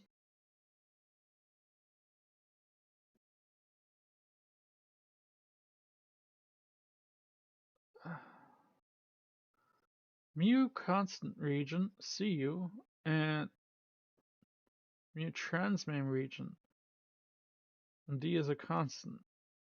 Why does that both sound like the constant and the transmembrane? There's no stop signal between the C constant and the... Why does that both sound like a constant region? That sounds... If I'm looking at this here, it says constant region, and here, constant region. So there's no... So maybe it's because one is mu and one's delta? Oh, okay, so that's why I'm reading this so funny, and I'm like, what is happening?